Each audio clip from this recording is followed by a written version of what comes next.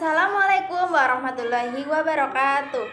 Jumpa lagi dengan saya Maisaroh. Dalam video saya kali ini saya buat untuk menyelesaikan salah satu tugas mata kuliah saya, yaitu Manajemen Usaha Kecil dan Menengah, Prodi Manajemen Fakultas Ekonomi dan Bisnis Universitas Jana Badra, dengan dosen pengampu saya Bapak Dr. Andes Januar Saksono, Magister Manajemen.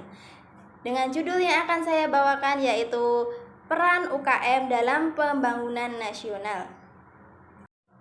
Untuk materi yang pertama yang akan saya sampaikan yaitu tentang latar belakang usaha kecil menengah.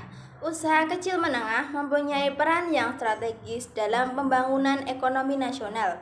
Oleh karena selain berperan dalam pertumbuhan ekonomi dan penyerapan tenaga kerja, juga berperan dalam pendistribusian hasil-hasil pembangunan.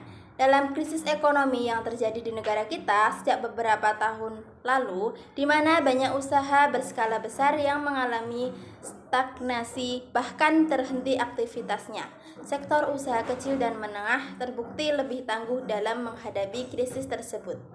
Selanjutnya yaitu ada definisi usaha kecil menengah.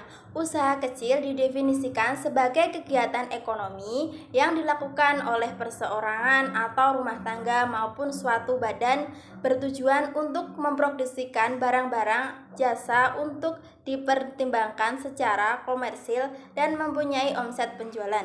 Sementara usaha kecil menengah didefinisikan sebagai kegiatan ekonomi yang dilakukan oleh perseorangan atau rumah tangga maupun suatu badan bertujuan untuk memproduksi barang atau jasa. Perkembangan usaha kecil menengah yaitu pengembangan UKM perlu mendapatkan perhatian yang besar baik dari pemerintah maupun masyarakat agar dapat berkembang lebih kompetitif bersama pelaku ekonomi lainnya. Selanjutnya yaitu permasalahan yang dihadapi UKM yaitu ada dua faktor. Yang pertama faktor internal dan yang kedua faktor eksternal. Faktor internal, satu, kurangnya permodalan dan terbatasnya akses pembiayaan. Yang kedua, kualitas sumber daya manusia atau SDM.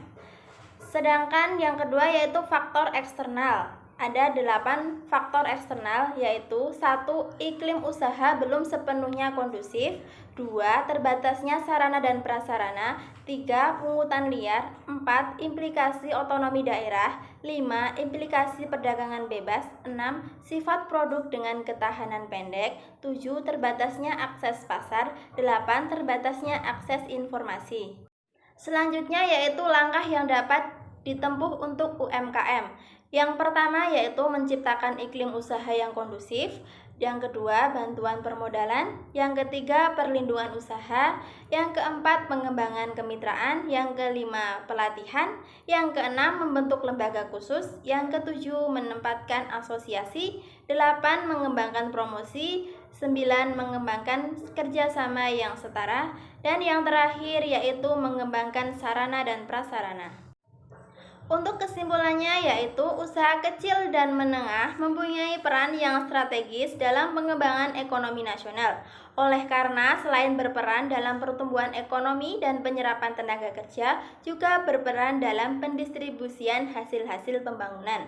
Dalam krisis ekonomi yang terjadi di negara kita sejak beberapa tahun yang lalu, di mana banyak usaha berskala besar yang mengalami stagnasi bahkan terhenti.